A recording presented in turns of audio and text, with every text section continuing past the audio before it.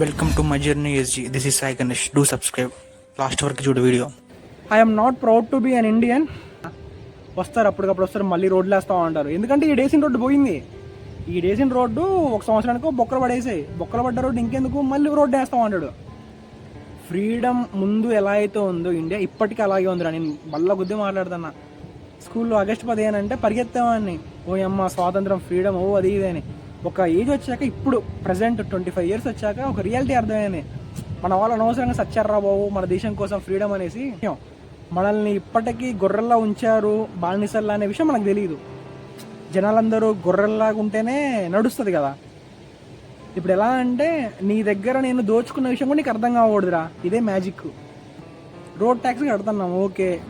ఏ road అన్నా బాగుందారా? హైవేలో పెద్ద పెద్ద సిటీలలో కాదు, మన ఊర్లో లేదంటే మన టౌన్లలో చూడు.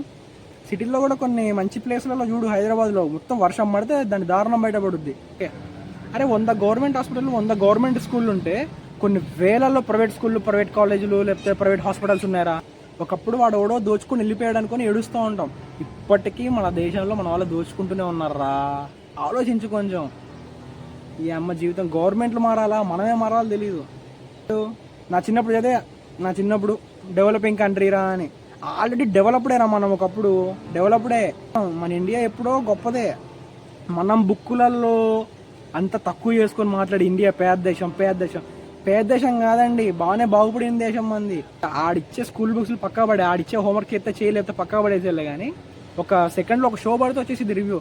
ఒక స్టూడెంట్ సూసైడ్ చేసుకుంటే అసలు న్యూస్లో రాదు. ఎందుకంటే వాళ్ళు కూడా కరప్టెడ్ అనమాట. సుభాష్ చంద్రబోస్ గురించి రాదు, అల్లు సీతారామరాజు గురించి రాదు, భగత్ సింగ్ గురించి రాదు మన బుక్కులలో. ఏమనంటే హిట్లర్ అంటాడు, జ్యూస్ అంటాడు, లేదంటే వాడోడో ఇంకోటి పేరు రాబర్ట్ అంటాడు, ఎవడోడో వస్తాడు. మన దేశంలో మన బుక్కుల్లో గాంధీ వస్తే వస్తాడు రా లాస్ట్లో. గాంధీజీ ఒక మాట ఒక ఎవరిని అనకుండా, లేదంటే జస్ట్ సత్యం అహింస అంటే, అహింస అంటే ఏంటి? దేనికి హాని చేయకుండా స్వాతంత్రం ఎలా తెచ్చారా? నీ బుక్కులు ఏం చెప్పారా?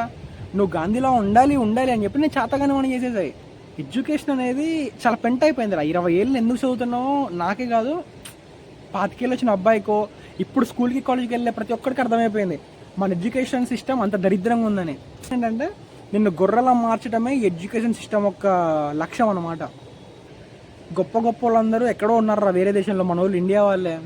టెస్లాలో ఎలాన్ మస్క్ టెస్లాలో కూడా ఒక ఇండియన్ ఉన్నాడంట. మన ఇట్ సైడ్ మనోడే, కింద సౌత్ సైడే. బ్రిటిషర్స్ వాళ్ళ పనులు చేయించుకోవడానికి జాబ్ అనే కాన్సెప్ట్తో మన వాళ్ళని బలవంతంగా లాక్కెళ్ళేవాళ్ళు. బలవంతంగా ఒక 2-3 జనరేషన్స్ మన పైన, మన తాతల దగ్గర నుంచి మొదలైంది ఇది. వాళ్ళక బుర్ర పని చేయదు. అంతెందుకురా, నాకు తెలిసి మన దేశంలో ఈ 3 విషయాలు ఉంటే మన దేశం బాగుపడుద్ది. అరే ఓసీ ఓడికి జాబ్ అంటే బ్రాహ్మణో లేకపోతే ఇంకా రెడ్డిసో లేకపోతే ఉంటారు కదా ఈ ఓసీ వాళ్ళు, వాళ్ళకు ఒక గవర్నమెంట్ జాబ్ అంటే నాన్న సంకల్ నాకాలరా. రిజర్వేషన్ని క్యాస్ట్ బేస్డ్ కాదు, ఇన్కమ్ బేస్డ్ చేస్తే బెటర్ రా. బ్లడీ పాలిటిక్స్ రా ఇది. సో ఒకటి కరప్షన్ రా, నెక్స్ట్ రిజర్వేషన్, ఇంకోటి క్యాస్ట్ రా. దీనమ్మ ఇప్పటికీ మా ఇంటికి ఎవరన్నా వస్తే మా తాత అడుగుతాడు రా.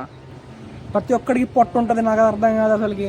ఎగ్జామ్లు పెట్టాలి వీళ్ళకి కూడా 5 సంవత్సరాలకు ఒకసారో లేకపోతే 2-3 సంవత్సరాలకు ఒకసారి పెట్టాలి. ఎవడైతే క్వాలిఫై అవుతాడో వాడినే మళ్ళీ తీసుకోవాలి జాబుల్లోకి. ఊరికే మేపడానికి కాదు మనం ట్యాక్సులు కట్టేది కొడుకులకి. ఎవడికి వాడు ఆశపడకుండా ఇండిపెండెంట్గా బతకడం నేర్చుకోవాలి. ఎవడికి వాడు సెల్ఫ్గా ఇండివిజువల్గా మారితే తప్ప మన దేశం బాగుపడదు. ఇప్పటి నుంచి అన్నా ఆలోచిద్దాం. నాకు ఏం అర్థం కావట్లేదు, మా తలకే నొప్పులేస్తుంది. కొన్ని ఎక్కువ మాట్లాడుంటా, సారీ ఎవరికన్నా తగులితే. అట్లీస్ట్ రెస్పాన్సిబిలిటీగా ఉండండి రా చాలు. ఏడుపు వచ్చేస్తుంది, ఏడుపు కాదు.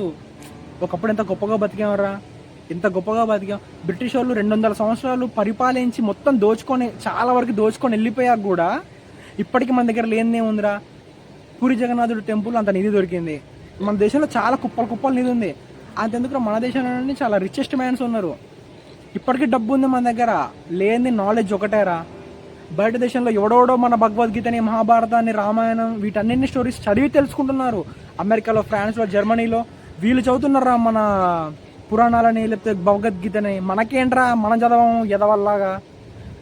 నేర్చుకుందాంరా, తెలుసుకుందాం అన్ని రకాలుగా.